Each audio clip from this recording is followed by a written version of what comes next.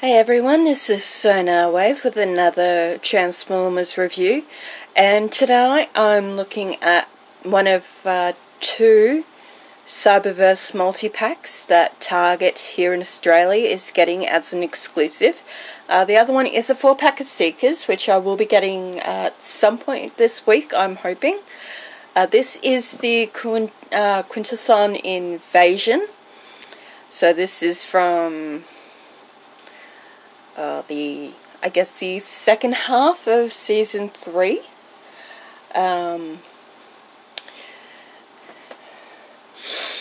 as you can see, we got Prowl and Shockwave. Why I'm not entirely sure is neither of them actually made it to that part of season 3. So I don't know why it was them that was chosen. Would have made more sense to do someone like Hot Rod or Soundwave was part of it. Dead End, Clobber, they were all part of it. Hot Rod wasn't controlled. Clobber was set free. Percy was the only other one of the Transformers to avoid being captured by the Quintessons. If I'm pronouncing this wrong at all, I do apologise.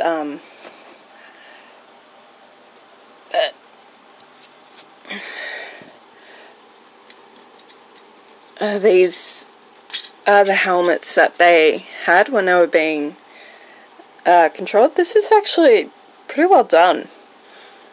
As you can see, there's the single eye, which actually probably suits Shockwave. There's the two pegs for it. These were a bit interesting, actually. As you can see, Prowl is simply just a re-release of his Battle Class 1, so this is the one that came with the Spark armor, which I do have in my collection. So he came with, I think it was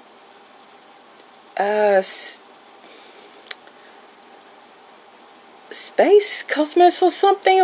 It's something like that. I don't remember the name now, but this is a re-release of that one, so he's exactly the same as is Shockwave, who also is a release of his Spark armor counterpart. I think he came with a satellite, if memory serves. I never actually got that one, but they just plug in easily. You can see there's two ports here and here, and it just plugs on like that, so you can recreate the Autobots and Decepticons alike being stuck in the loop. But I was most looking forward to this dude. It was, of course, a Quintesson. There's not a whole lot of articulation. 4 of these on the figure do come up, as you can see, but mainly just the head turns. So this was the judge I liked the most, probably because he's a little unhinged. Well, probably more than a little, but I found him hysterical. But yeah, you can turn it so you can have it settled on one of the heads, whichever one you prefer. So I probably will leave it on this dude, just because I liked him the most. And this is the background. I don't generally keep the backgrounds, but I might actually keep this one. This is pretty cool. This is from the Quintesson's, I think it was their ship. This is part of where they were holding all the Decepticons and Autobots while they were drained of their energy, and they had no clue because they were all being tricked by watching a parade endlessly. How they did not drive any of them insane, I do not know. But there you go. So, yeah, I probably will keep that background, which is unusual because I don't normally want to. But I actually would like to keep that. I've started keeping artwork from the Siege and Earthrise boxes and plastering it all over my walls, so yeah, no. If you're a fan of Cyberverse,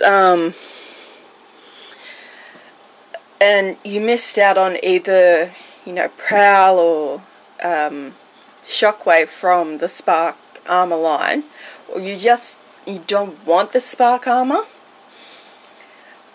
this is a good way to get it without having to buy that particular figure, and you get a slightly different version of the Quintesson. I know we're getting one in Earthrise.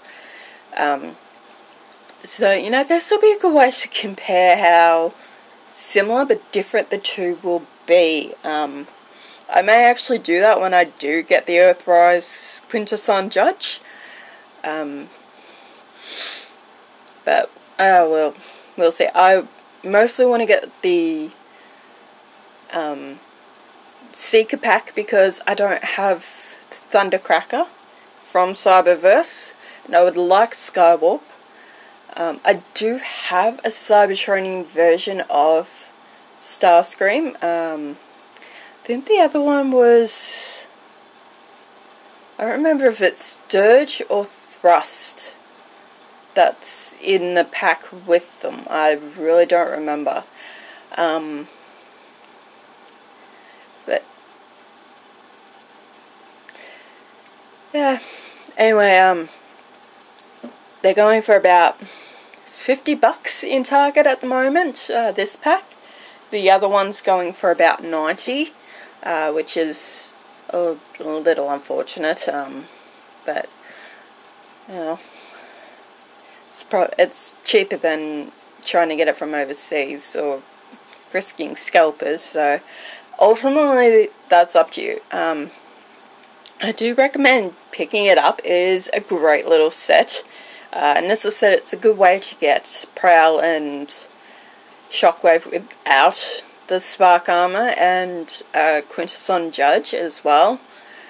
I didn't mind Cyberverse. A lot of people rag on it, but I quite enjoyed it. Soundwave would probably be one of my favourites from Cyberverse. Just full of sass he was, and I just loved his need to play inappropriate music when he shouldn't have. It was absolutely hilarious when he would do stuff like that, or he'd just be baiting Shockwave constantly. But that's all from me. I probably will try to get the Soundwave review up at some point this week. I do have the Studio Series Revenge of the Fallen Soundwave. I've got Roadbuster and Topspin. No Leadfoot. There's rumour he has been seen here in Australia, but whether that's true or not remains to be seen. If he's not here, I will have to buy him from overseas, so he'll be a little more expensive than I would like. But I'll keep you updated on that, and I will catch you guys on the next one.